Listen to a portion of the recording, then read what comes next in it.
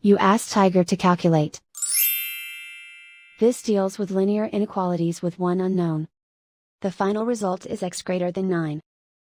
Let's solve it step by step. Group all constants on the right side of the inequality. Subtract 15 from both sides.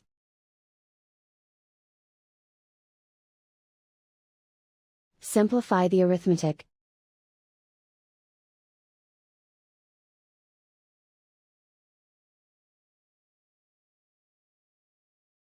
Isolate the x.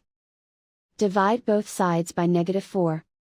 Whenever you multiply or divide by a negative, reverse the inequality sign.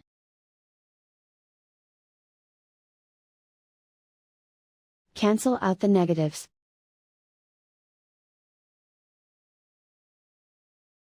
Simplify the fraction.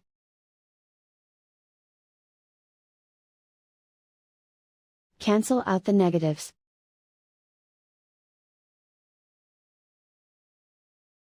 Find the greatest common factor of the numerator and denominator.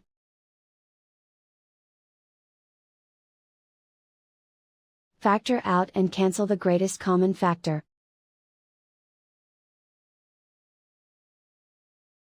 Plot the solution on a coordinate grid.